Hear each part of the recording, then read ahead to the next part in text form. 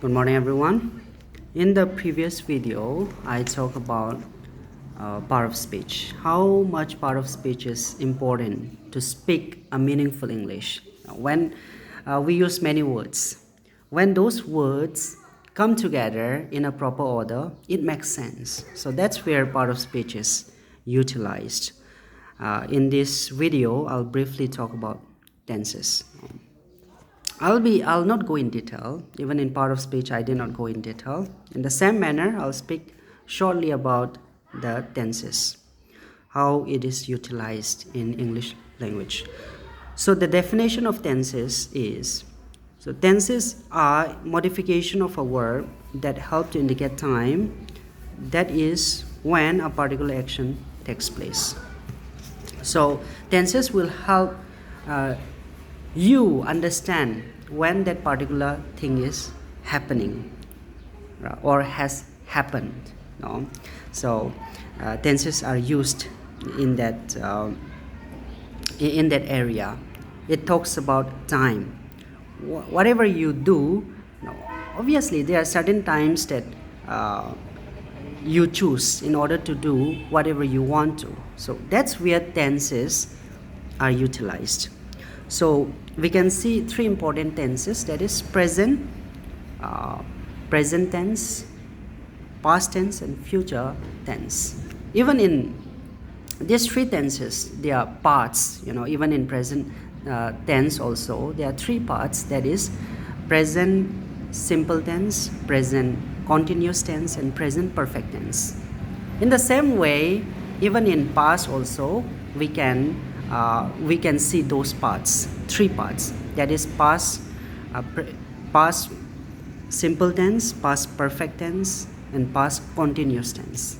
Even in future tense too, simple future tense, simple future continuous tense, and future perfect tense. So we'll need to have a perfect understanding of what these tenses are. When we talk about simple present tense or simple tense, you are going to express the things that you are doing in that particular moment, right? That is simple present tense, right? Whatever you do, and those things that you do, they are considered to be generally true. Example, I like to read.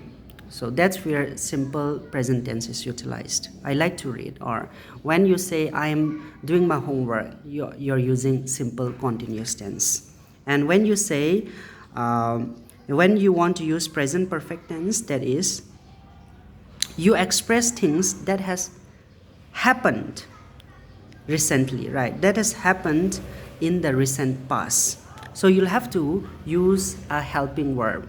So there are helping verbs that you can see in English grammar, that is has, have, had. So you're going to use has and have in the present perfect tense. Those are helping verbs, right? So in this way, you also need to understand what is past simple tense, past continuous tense, past perfect tense, and future simple tense, future continuous, and future perfect tense. So I'm not gonna go in detail about those tenses, right? Maybe in another video, I'm gonna make a detailed video of how we can utilize these tenses. So tenses are no doubt a fundamental part of the English language. They help in the following three ways. Again, I'm gonna explain it in simple three ways. That is, one, to describe things that take place at different times, that is past, present, and future. What is happening, whatever is happening before you. So you need to describe when did that thing happen. Did that thing happen in the past, or did that thing are those things happening in the present, or are those things happen in future? Are those things gonna be happening in future? So you're gonna understand all these things, right, in present, past, and future. And the second point is to build complex sentence structures. You need to, in most cases, you need to convey complex ideas.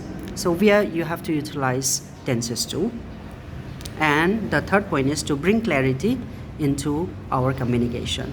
So you need to clearly describe, these tenses, like whether you are talking about present, whether you're talking about past, and whether you are talking about future, any future event. So that's where tenses is utilized. So part of speech and tenses are the most fundamental parts of English language. Thank you.